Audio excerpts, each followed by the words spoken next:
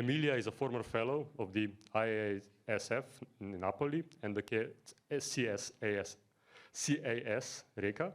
She translated into Italian Mashrey's Hegel o Spinoza in 2016, and she wrote a book, Mantenere insieme strategie del sistema nella Francia post-strutturalista.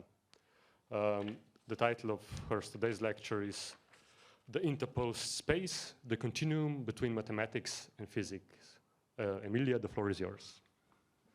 Thank you very much, Martin, for this presentation. Thank you to each and every one of you for being here. I will try not to abuse of your patience nor your lunchtime, so I'll try to wrap things up.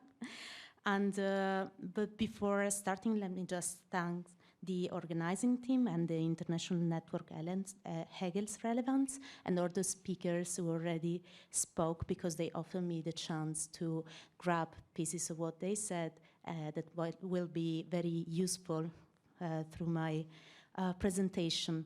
I would love to join the challenge about which we were talking this morning. So the challenge consisting in trying to underline what is really at stake between Hegel and Spinoza nowadays. Whether we think this relation between whether Hegel and Spinoza as a conjunction, as Hegel and Spinoza, at Spinoza, the presence of Spinoza in Hegel, or if we think about it as a diastema, so Hegel or Spinoza, other Spinoza, Spinoza as an alternative. So I won't take position between these two options, because I think that I can explain the focus of my topic in one word, saying just that I would like to focus on the between, just on the between Hegel and Spinoza, substance and subject. So for this reason, I'd like to do something which is maybe uncommon. So to start this presentation from the very bottom line of my abstract. In its very last sentence, I state in fact that the Hegelian hesitation on the Spinozian mathematical example offered in letter 12 to Meyer is relevant because of its socio-political implications.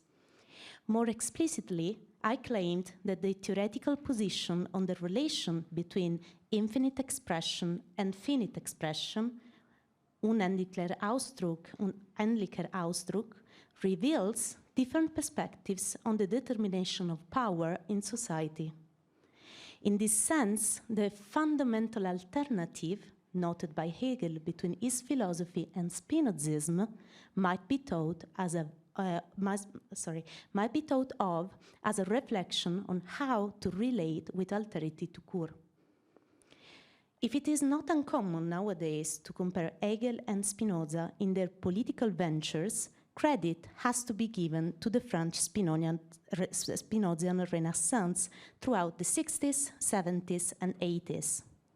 The allergy to the idea of one history dancing the dialectical valser under the cold horizon of teleology led philosophers such as Jacques Guéroult, Rousset, Deleuze, Matron, Althusser, Macheret, and Negri to find a different path from what seemed to be the inevitable last dance, the end of history.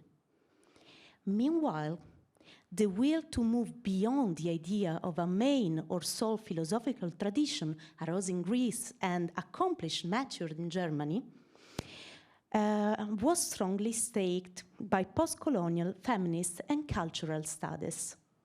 As Cesare Casarino states, Spinoza became an integral part of the revolutionary zeitgeist. Thanks to its focus on existence, Spinozism offers precious theoretical instruments to ponder otherness, namely Europe's great unthought. In fact, as Levinas affirms, since its very beginning, philosophy is haunted by the horror of otherness, which has to be seen, according to this tradition, as an absolute being. In other words, the main effort of Western philosophy has always been the attempt to understand the world through reason.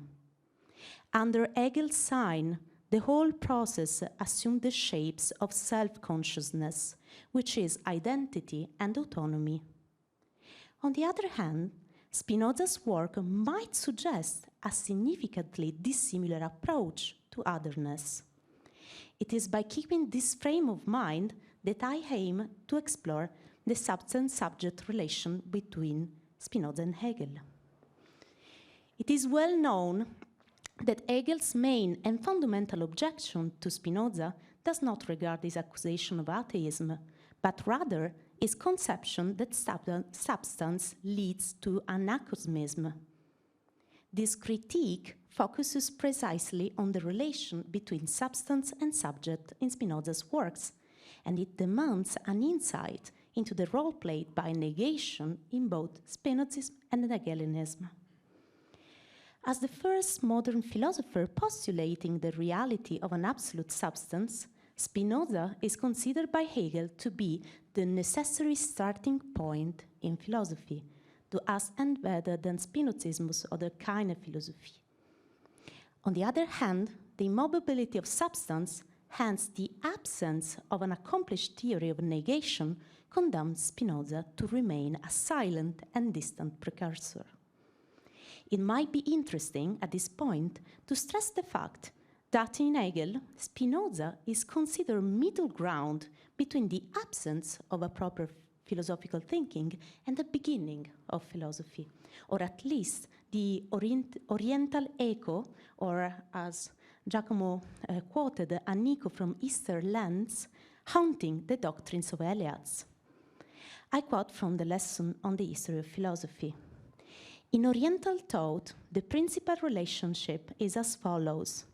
The single substance is as such the true, and the individual in himself is without value and has nothing to gain for himself insofar as he maintains his position against what which is in itself for itself. It cannot, on the contrary, have any real value without confounding himself with the substance, the result of which is that substance ceases to exist for the subject, and that the subject itself ceases to be a conscious being and vanishes within the unconscious. End of quote. Not differently, Parmenides, in Hegel's judgment, does not move forward the plenitude of the being and the void of the non-being. I quote, according to Parmenides, whatever form the negative takes, it is nothing at all.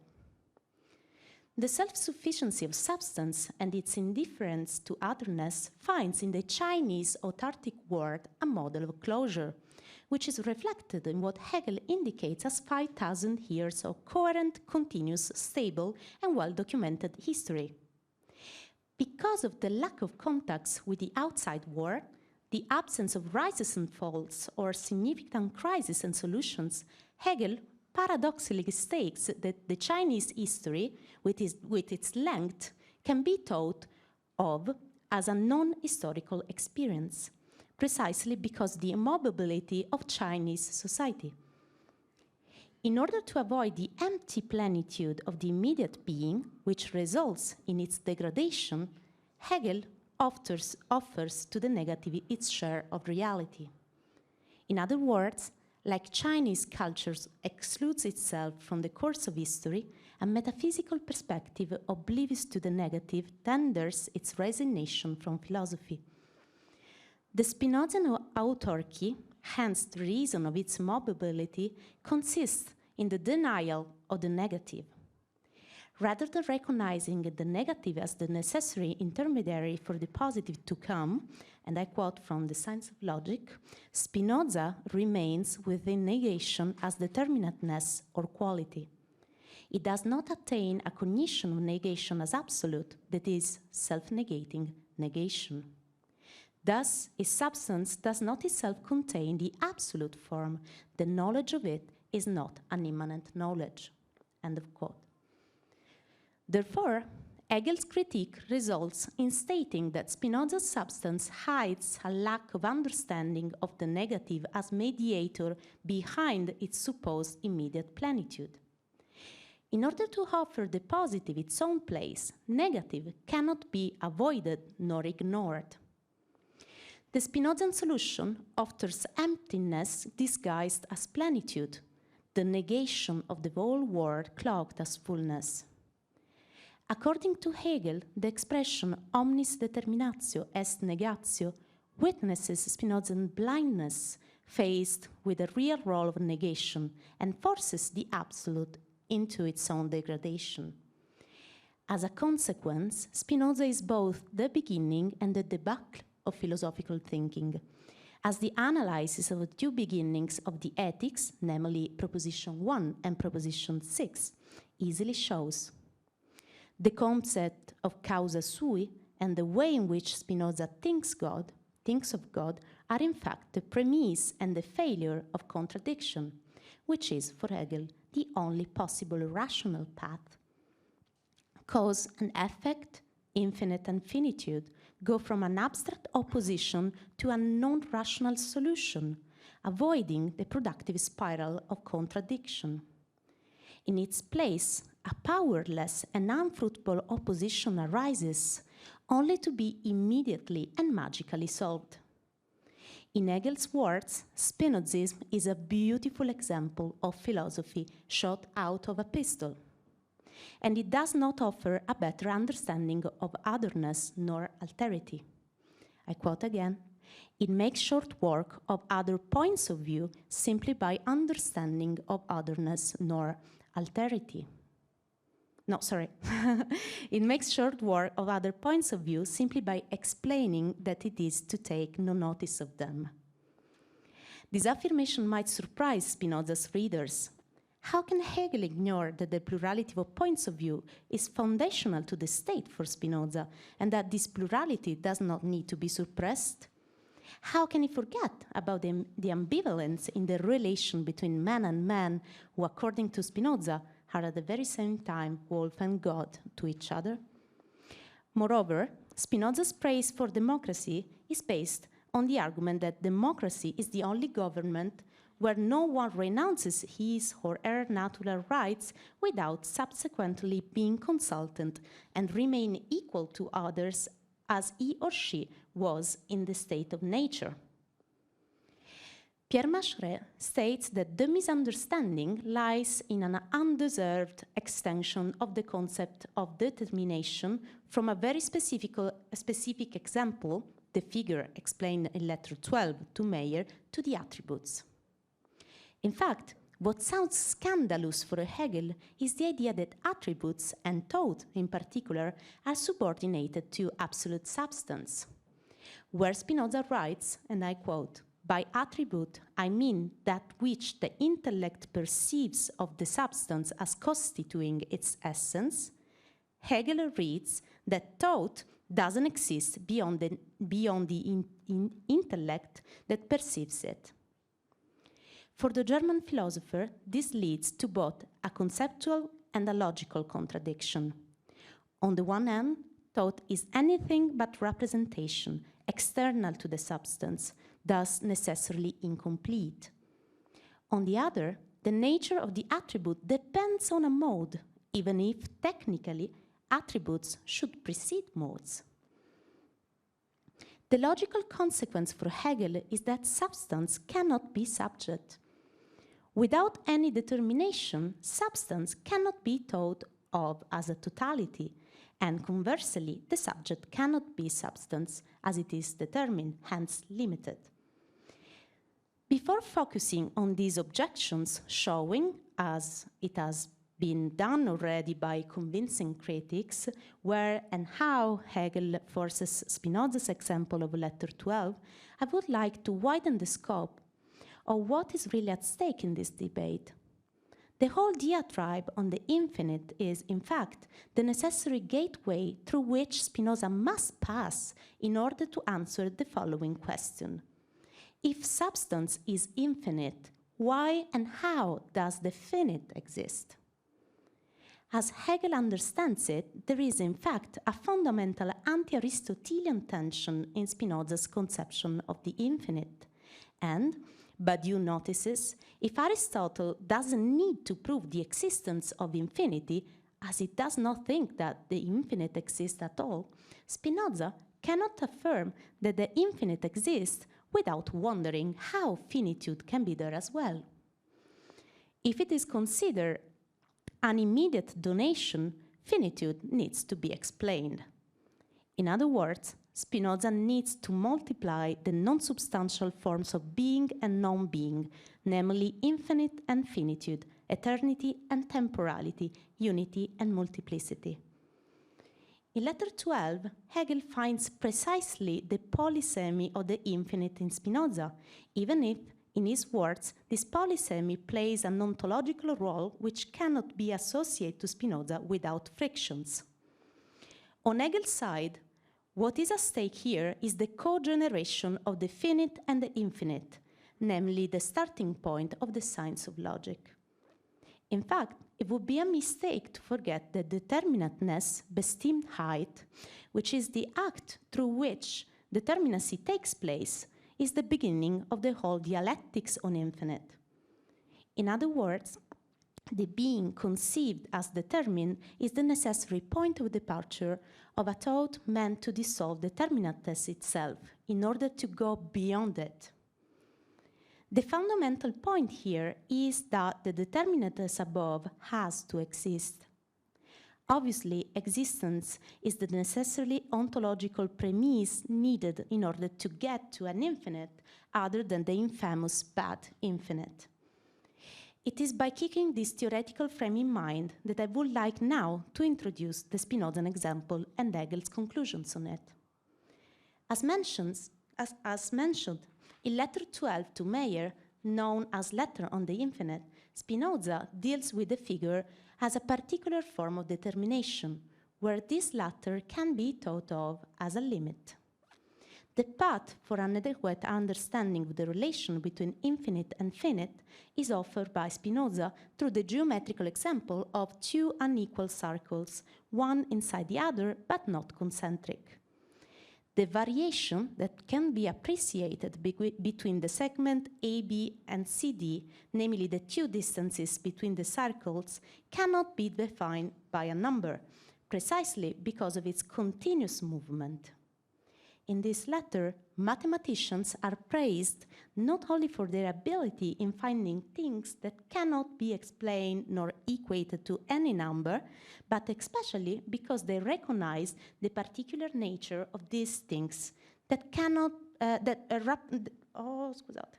recognize the particular nature of these things that cannot be expressed by a number. The example shows how a limited surface cannot be where imagination finds contradictions and paradoxes, the intellect can solve the problem through the notion of continuity. As Spinoza makes clear in letter 50, the determination of a figure is a process of the mind, and in this sense, it can be said that, and I quote, the determination therefore does not pertain the thing according to its being, but on the contrary, it is its non-being. In other words, the figure as determination is a negation, since it is a limit posed by something else.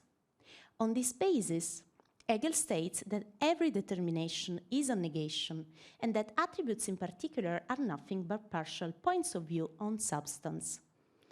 Jumping to this conclusion means to speeding things up.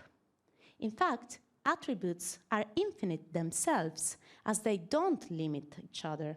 Therefore, their essence does not imply negation. Regarding modes, it is important to specify that, for Spinoza, it is only by the means of imagination that we can think about bodies or minds as separate from each other. In its impossibility to grasp the infinite, imagination forces the allness of the absolute to parcel out, making it result in a discontinuous succession of modes. Nevertheless, modes as attributes express the infinite substance, and it is only from an abstract point of view that they can be seen as reciprocal limits. For instance, when imagination tries to determine quantity as first degree of knowledge, it has no choice but to represent this as a composition of parts. However, intellect conceives it in terms of substance, thus finding it, and I quote, infinite, unique, and single. There are 3 passages in which Hegel focuses on this mathematical example, in both editions of The Science of Logic and in his lectures on the history of philosophy. The Spinozian attempt to think the infinite outside the limits of imagination is celebrated by virtue of its ability to go beyond, and I quote, a foggy and obscure image of the infinite borrowed from the finite. However, between the first and the second edition of The Science of Logic, a variation that is anything but incidental appears. The space between the circumferences, initially presented as infinite because the nature of the thing transcends all determinacy, is thought of in the second edition as infinite but limited as well. In both editions, the infinity of imagination is contrasted with the infinitive of thought, or infinitum actu, vollende und gegenwärtig. This Hegelian interpretation, confirmed with an even freer gesture in the lectures, recognized the importance of the Spinozian focus on determination, but forced the contours of the proposed example by bending it in the direction of a finite quantum that exceeds whatever number is assigned to it. The Spinozian emphasis placed on the constant variation in the distance between the 2 circumferences falls into background here, allowing Hegel to deviate from that, and I quote, intensive infinity, which designate the immanentistic trajectory, whose risk is to sacrifice determination to the continuous. The move is played through Kant. In the second edition of The Science of Logic, a reference to the latter author, which was absent in the first, makes its appearance. Indeed, Kant's critique of quantitative infinity offers an opportunity to think of infinity as a relation in a non-mathematical but physical sense, so with Newton, not Leibniz. The relation between infinite and finite resolves itself in the true infinite through the dynamic process of the negation, which ends in the proper affirmation of the infinite. Therefore, it is not enough for Hegel to state that there is not a qualitative difference between infinite and finite, nor that this relation of reciprocal limitation ends in unity. In order to understand the very nature of this process, one must focus on the reflexive structure, on this movement of coming back, whose main example is consciousness. Hegel's intention should be clear by now. Since the infinite expression is to be found in the finite expression and not in an infinite series, the variation in scale proposed by Spinoza is therefore inadequate in rendering the cogenesis of finite and infinite. It is only by thinking determinates as a reality, thus in the physical world, that the concept of infinity can be thought of as a synonym of absolute. Geometrical abstraction is of no help to Hegel's intentions, and the concept of continuous cannot play a role in the very first part of a reflection on infinite, which has to come together with the genesis of finitude. As a consequence, continuous variation is dismissed, and the dialogue collapses into a monologue. And I quote from the lectures of the history of philosophy. Spinoza also introduces some geometrical examples here as clarification of the concept of infinity. In his posthumous works, for example, he provides a figure as image of this infinity, even before his Ethics. He sets out 2 circles, one lying within the other, without being concentric. The surface between the 2 cannot be deduced. It cannot be expressed in a determinate relation. It is not commensurable. If I want to determine it, I must proceed to the infinite, an infinite series. This is the beyond, das Hinaus, which is always defective, affected with negation, and yet this bad infinite is complete, fertig, circumscript, affirmative, present in this surface. The affirmative is thus negation of the negation, duplex negatio affirmativa, following the well-known grammatical rule. The space between the two circles is actual. It is a circumscribed space, entirely and not just on one side. And yet, the determination of the space cannot be sufficiently indicated by a number. The determinate does not create the space itself, and nevertheless it is present. Or again, a line, a bounded line, consists of an infinity of multiple points, and nevertheless it is present and it is determined. The infinite must be represented as actually present. The concept of cause in itself is thus true actuality. As soon as the cause has another just opposed to it, the effect of finitude is present, but in this case, this other is at the same time surpassed, and it becomes once more the cause itself. End of quote. Do I have 10 minutes? 5? More like 5. Okay. In this passage, the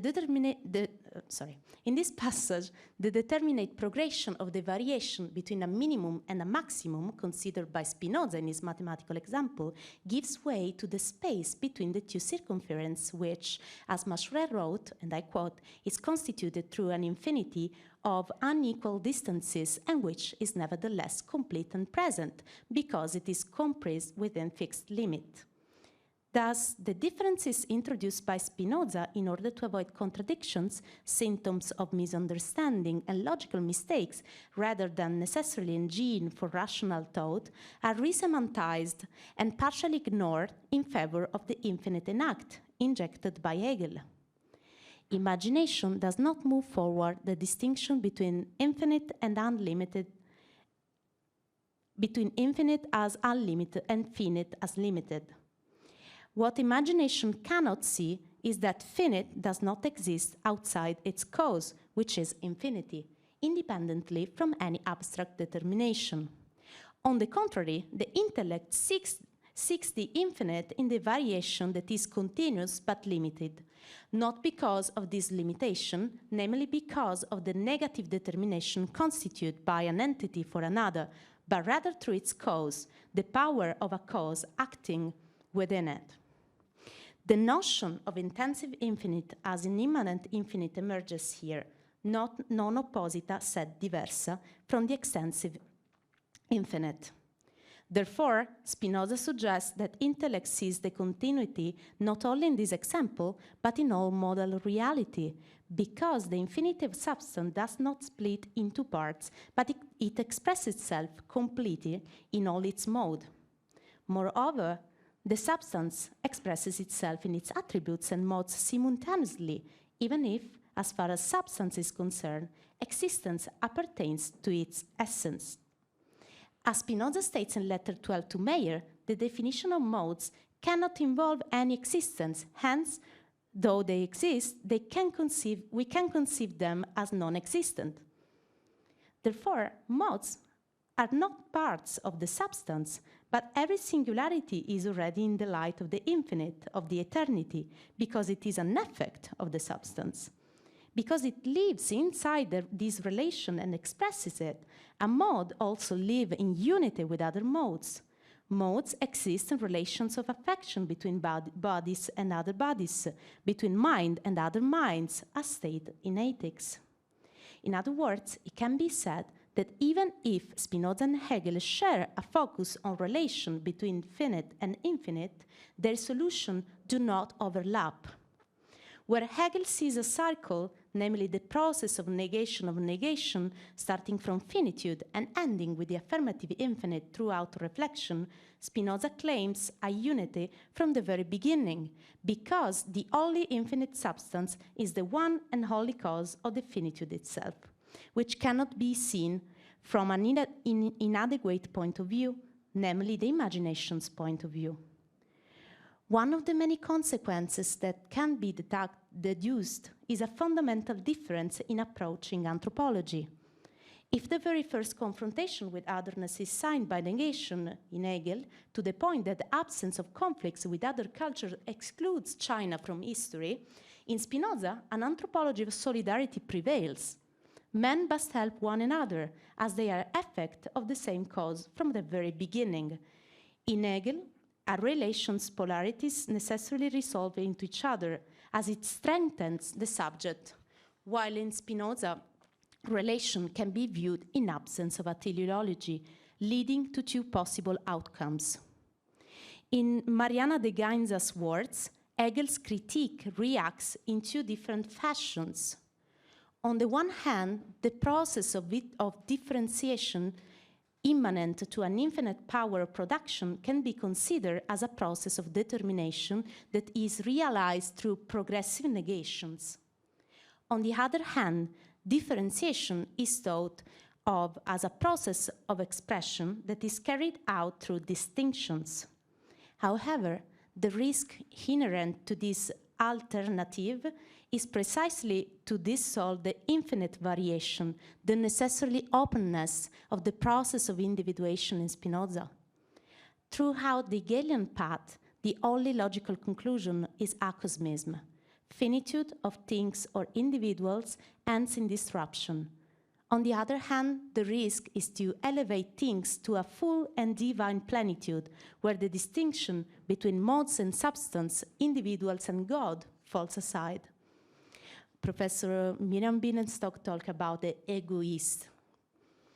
It is instead by dwelling in the indefinite of Spinoza's geometrical example that it is possible to suspend the decision in favor of determination as negation or expression as affirmation, in order to really appreciate the individual as the immanent effect of the process of individuation.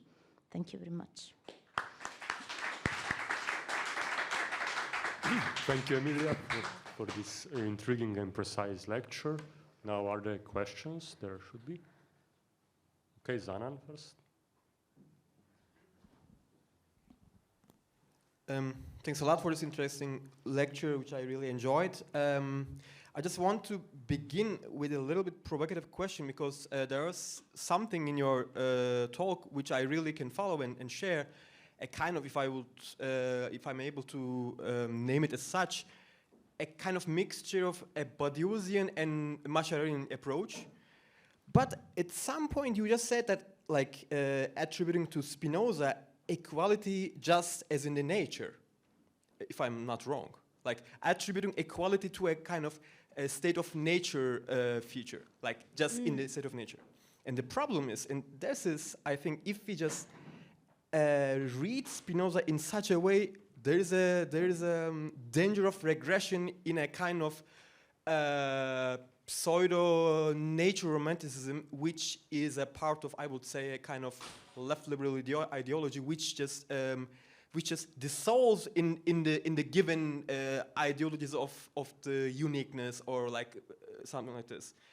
And there, I would like to challenge it by Hegel, because isn't he the one who just reminds us that the thought of concrete universality, the fact that we are humans, not because we are Jews, we are Greeks, or we are Italians or Germans, whatever, but just because we are humans, just took millennia to grasp. So if we talk about equality, how far can we really just bring it back or trace it back to a kind of state of nature quality? Isn't it like the most unnatural at all? Like, what would you say? Thank you very much. Very interesting question. So I want to, the reason why I address this topic is that at the very beginning of letter 50, the letter to Yale, as I quoted, together with the letter 12, there is a reference to Hobbes' anthropology. So this is something that is already in Spinoza's mind while talking about this difference between finite and infinite. That's why I take the liberty to use it. And I didn't say that it is the same thing, but that in the state of nature, of course, the opposition is against Hobbes. So the idea is that in the state of nature, there is a regime of equality between men, and this regime still exists in democracy because it is not offering the power to someone else that somebody renounced to his or her rights. So in this sense, there is something which lead people being closer to the state of nature if we compare it with the Hobbesian anthropology. That's what I wanted to underline. So this is not thought of as an evolution from a starting point where everybody was equal and then a sort of rational upgrade where renouncing to something else arises, but it is rather this complication in Spinoza, this presence that cannot be just expelled from his way of thinking. Yeah. So, and yes, of course, this is one of the points where Hegel is closer to Spinoza. The reason why I enjoy Marra's and Badiou's readings of this relation is that they do not, so they focuses on where they are closer, which is very interesting, and that's exactly what I wanted to state here. So it is not a question of taking sides or saying who's approaching the philosophical matter in a better way, but rather it is about trying to, if you allow me to use an expression, a Don Haraway's expression, staying in the trouble, staying with the trouble, staying there. And I think that this is a way in which, with this rhetorical strategy, we can think about the presence of Spinoza in Hegel, and that's the reason why this is so interesting, because it is not about solving Spinoza, it's not about excluding Spinoza or giving Spinoza a place, an exact place that Hegel decided to deal with Spinozism, but it is by reading Spinoza and fighting with Spinoza and trying to find alliance with Spinoza that he understands that there's something interesting for philosophy to occur there. Thank you. So do we have Christian? Yes. Quick questions. So yes, Mrs. Marra, thank you for your nice presentation. I would like to stay a little bit in the problem, as you just quoted.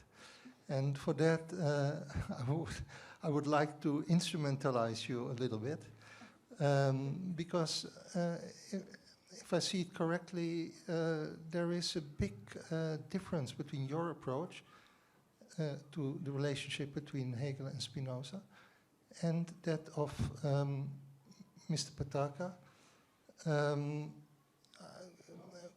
Couldn't we say that this remark, als ein Jude, is completely irrelevant for your analysis? The whole discussion on Judaism is completely irrelevant for your discussion. You focus on the notion of, let's say, the absolute and its abstract character. And from there, you, so to say, you start your elaboration. You do not want to decide. You want to say, so to say, you want to stay into the trouble. But nevertheless, we now have these two different approaches, right? Mm-hmm. So what is your position now towards the alternative who tries to reduce, so to say, the whole discussion Spinoza, Hegel with regard to the absolute to a matter of worldview or religion?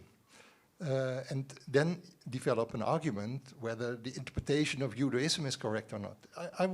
I would say that is for you completely irrelevant. But still, we now have these two completely different approaches. So how do we solve this problem, please? In less than 5 minutes, right? The method is enough.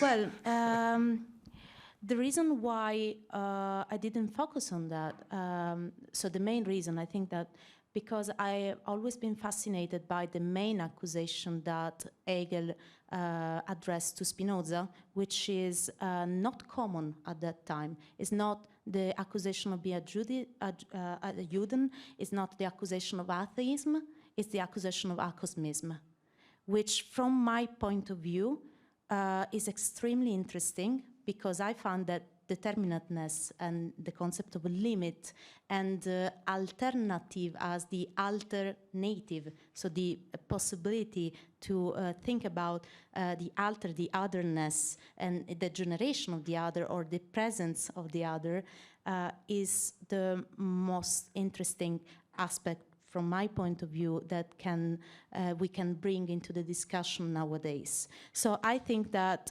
that kind of approach doesn't suit my my aims, just because it is too limited. It's extremely precise, and it goes back to a field of confrontation discussions which I cannot approach with the right instruments, because I feel that this is a huge debate that I cannot manage without the proper instruments. So I think that's why I choose this other path, with, of course, led to something else. I don't know if I answered that, just the approach I had. Thank you. Okay, thank you. We have to wrap this up, the discussion now. Thank you again. Thank you.